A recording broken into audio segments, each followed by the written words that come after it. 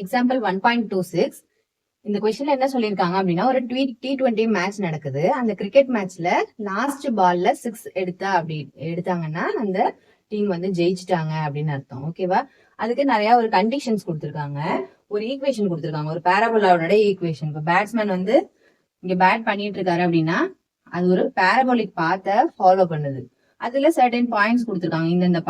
இந்த பாயிண்ட்ஸ் வழியா அந்த பால் வந்து பாஸ் பண்ணுது. அதை வந்து ட்ரேஸ் பண்ணும்போது என்னது ஒரு பேரபோலா மாதிரி கிடைக்குது அப்படிங்கிறாங்க. ஓகேவா? இந்த பேரபோலா வந்து ஜஸ்ட் வந்து இந்த பவுண்டரியை தாண்டி அந்த பால் ரீச் ஆயிடுச்சு அப்படின்னா அது என்னது அந்த பவுண்டரியிலயோ அந்த பவுண்டரியை தாண்டியோ அது போயிடுச்சுன்னா என்னது சிக்ஸர். ஓகேவா?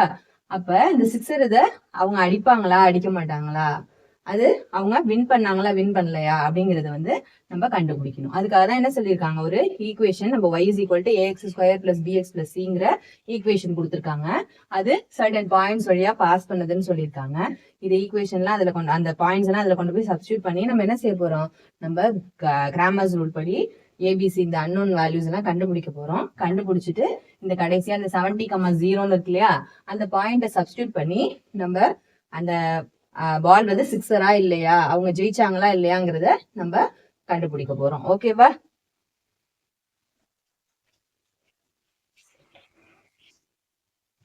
ஃபர்ஸ்ட் அந்த கிவன் ஈக்குவேஷன் எடுத்து எழுதிக்கோங்க. y is equal to ax square plus bx plus c.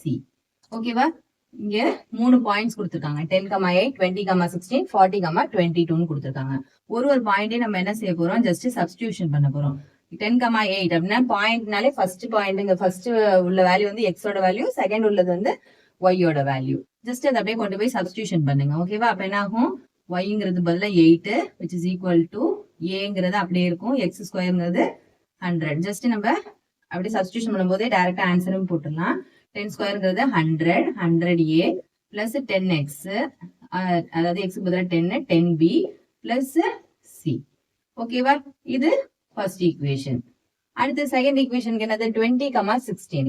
அப்ப 20ங்கிறது எக்ஸோட வேல்யூ இல்லையா, அப்ப 20 ஸ்கொயருங்கும் போது என்னது 400a plus 20b plus c equal to 16. அதே மாதிரி 40,22 கொண்டு போய் சப்ஸ்டியூட் பண்ண போறோம். 40ங்கிறது எக்ஸோட வேல்யூ, ஸோ 40 சப்ஸ்டியூட் பண்ணீங்கன்னா 40 ஸ்கொயருங்கிறது 1600a plus 40b plus c which is equal to 22. இப்ப நம்மள்ட்ட 3 ஈக்குவேஷன்ஸ் இருக்கு. ஓகேவா? இப்ப நம்ம கிராமர்ஸ் ரூல் படி என்ன செய்ய போறோம், இதை சால்வ் பண்ண போறோம். அதுக்கு நம்மளுக்கு முதல்ல டெல்டா வேணும். டெல்டாங்கிறது என்னது, ஜஸ்ட் இந்த ஈக்குவேஷன்ல ஏபிசியோட கோஎஃபிஷியன்ட்ஸ் இருக்கு இல்லையா, அதான் என்னது நம்மளோட டெல்டா. ஓகேவா? அப்ப ஏபிசி ஒரு ஈக்குவேஷன்ல இருந்தும் உள்ள அந்த கோஎஃபிஷியன்ட்ஸ் மட்டும் என்ன செய்யுங்க, எடுத்து எழுதிக்கோங்க. 100, 10, 1, அடுத்தது 421, அடுத்தது 1640, 1. ஓகேவா? இப்ப என்ன செஞ்சுக்கலாம், இப்ப இந்த 100ங்கிறது எல்லாத்துலயும் காமனா இருக்கு. அதே மாதிரி இந்த காலத்துல 10ங்கிறது காமனா இருக்கு. அப்ப டோட்டலா என்ன செஞ்சுக்கலாம், நம்ம 1000 வெளியில எடுத்துடலாம். அப்ப மீதி என்ன இருக்கும், 1416 இருக்கும். இந்த ஈக்குவேஷன்ல இந்த காலத்துல பாத்தீங்கன்னா இந்த 0 போக மீதி இருக்கிற நம்பர்ஸ் அந்த கடைசி காலத்தை அப்படியே வச்சுக்கலாம். ஓகேவா? ஸோ 1000 இன்டூ ஜஸ்ட் இந்த ரோவை எக்ஸ்பான்ஷன் கொடுத்துக்கோங்க. அப்ப என்ன ஆயிடும், 1 இன்டூ இந்த எந்த நம்பர் நம்ம சூஸ் பண்றோமோ அந்த கரஸ்பாண்டிங் காலமும் ரோவும் போயிடும். அந்த மீதி இருக்கிற மைனஸ் மட்டும் சால்வ் பண்ணணும். So 1 2s are 2 minus 4 1s are 4. Second term எப்பவுமே நம்மளுக்கு மைனஸ். இங்க என்ன இருக்கு 1. ஸோ 1 இன்டூ அந்த காலம் ரோ போயிடும். ஸோ மீதி இருக்கிற minus 1 4s are 4 minus 16 into 1 16 plus 1 into இந்த ரோ காலம் போயிடும், மீதி இருக்கிற minus 4 4s are 16 minus 16 2s are 32. ஓகேவா? which is equal to 1000 multiply பண்ணிக்கங்க. உள்ளார இருக்கிற நம்பர்ஸை ஃபர்ஸ்ட் சிம்பிளிஃபிகேஷன் பண்ணிக்கலாம். Plus 1 into minus 16 which is equal to 1000 into minus 2 plus 12 minus 16 which is equal to இதை சால்வ் பண்ணீங்கன்னா 10 மைனஸ் 6, அப்ப மைனஸ் 6000. டெல்டாங்கிறதோட வேல்யூ என்னது, மைனஸ் 6000. நெக்ஸ்ட் நம்ம டெல்டா ஏ கண்டுபிடிக்கணும். ஏபிசிங்கிறது தான் நோன்ஸ்ங்கிறதுனால டெல்டா ஏன்னு வச்சுக்கலாம் நம்ம. ஸோ டெல்டா ஏ கால்குலேட் பண்ணோம்னா நம்ம என்ன செய்யணும், இந்த டெல்டாங்கிற வேல்யூ இருக்கு இல்லையா, டெல்டால இந்த ஃபர்ஸ்ட் காலத்தை மட்டும் என்ன செய்ய போறோம், இந்த கான்ஸ்டன்ஸால ரீப்ளேஸ் பண்ணிக்க போறோம். ஓகேவா? அப்ப என்ன கான்ஸ்டன்ஸ் 8, 16, 22. செகண்ட் காலம் தேர்ட் காலம் அப்படியே நம்ம மெயின்டைன் பண்ணிக்கலாம். ஓகேவா? 10, 20, 40, 1, 1, 1. ஓகேவா? இதுல இருந்து நம்ம கான்ஸ்டன்டா ஏதாவது நம்பர்ஸ் இருந்ததுன்னா வெளியில எடுத்துக்கலாம். இப்ப இந்த காலம் ஃபுல்லா 10 கான்ஸ்டன்ட் காமனா இருக்கு. அதே மாதிரி இந்த காலம் ஃபுல்லா 2 காமனா இருக்கு. நம்ம எப்படி வேணாலும் எடுத்துக்கலாம். இது அப்படியே நம்ம மல்டிபிளிகேஷன் பண்ணி ரோ எக்ஸ்பேண்ட் பண்ணி போடுறதுனாலும் போடலாம், இல்ல காமனா எடுத்து போடுறதுனாலும் போடலாம். ஓகேவா? ஆனா மறக்காம என்ன செய்யணும், நம்ம வெளியில எடுத்திருக்க நம்பரை நெக்ஸ்ட் ஸ்டெப்ஸ்ல கண்டினியூ பண்ணி கரெக்டா கால்குலேட் பண்ணிடணும். ஓகேவா? இப்ப நம்ம என்ன செஞ்சுக்கலாம், இந்த காலம்ல இருந்து 2 எடுத்துக்கலாம், இந்த காலம்ல இருந்து 10 எடுத்துக்கலாம். சரியா? அப்ப என்ன ஆகும், இதை ஃபுல்லா 2ஆல டிவைட் பண்ணிடுங்க. 4, 8, 11 இருக்கும். இதுல ஃபுல்லா 10 எடுத்துட்டீங்கன்னா 1, 2, 4.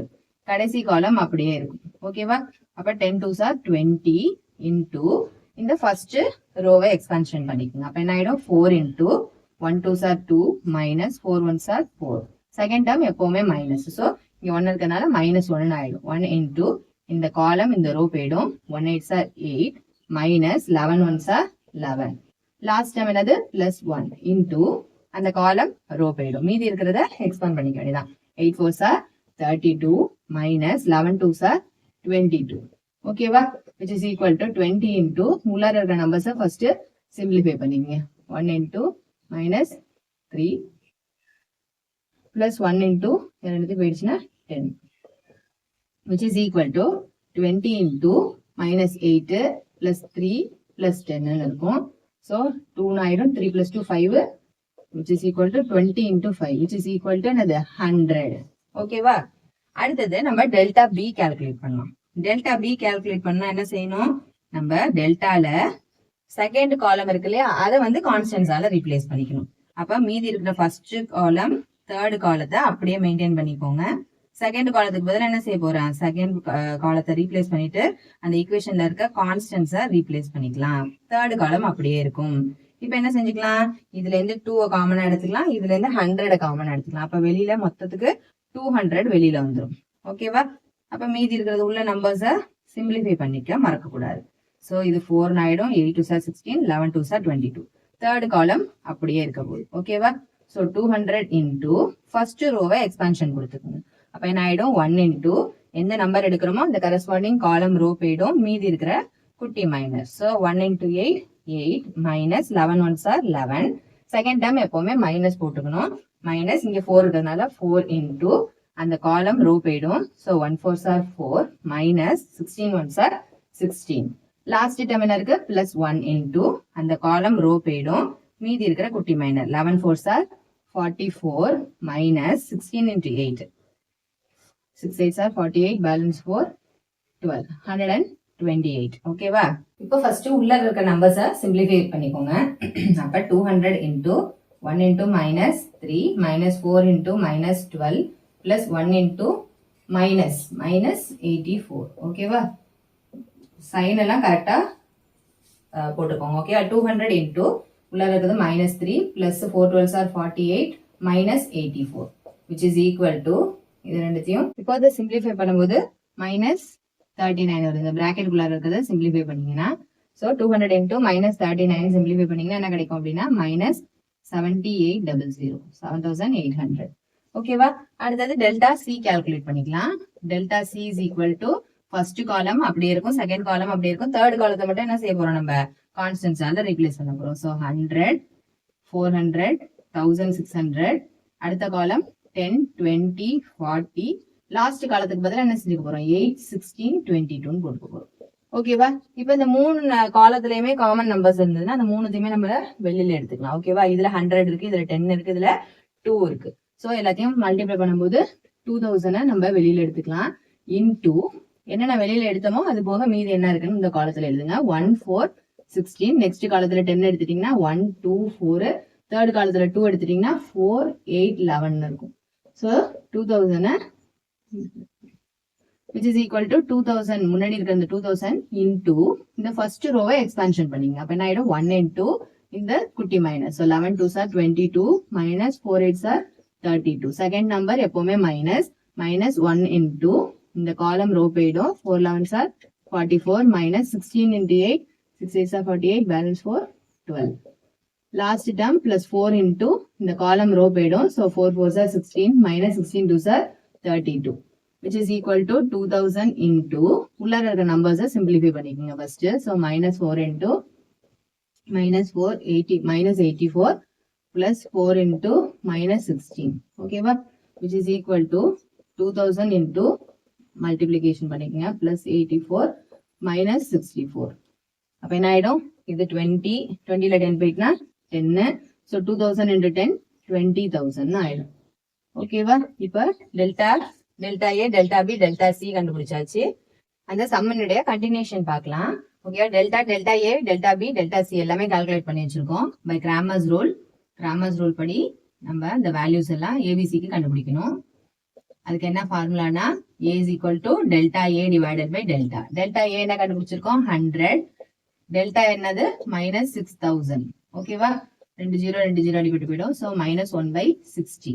அடுத்த பி கண்டுபிடிங்க, delta B divided by delta which is equal to minus 7800 divided by minus 6000.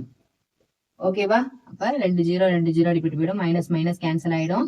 30 times இது 39 டைம்ஸ். ஸோ அடுத்தது எகைன் என்ன செஞ்சுக்கலாம், 10ஆல கேன்சல் பண்ணிக்கலாம்.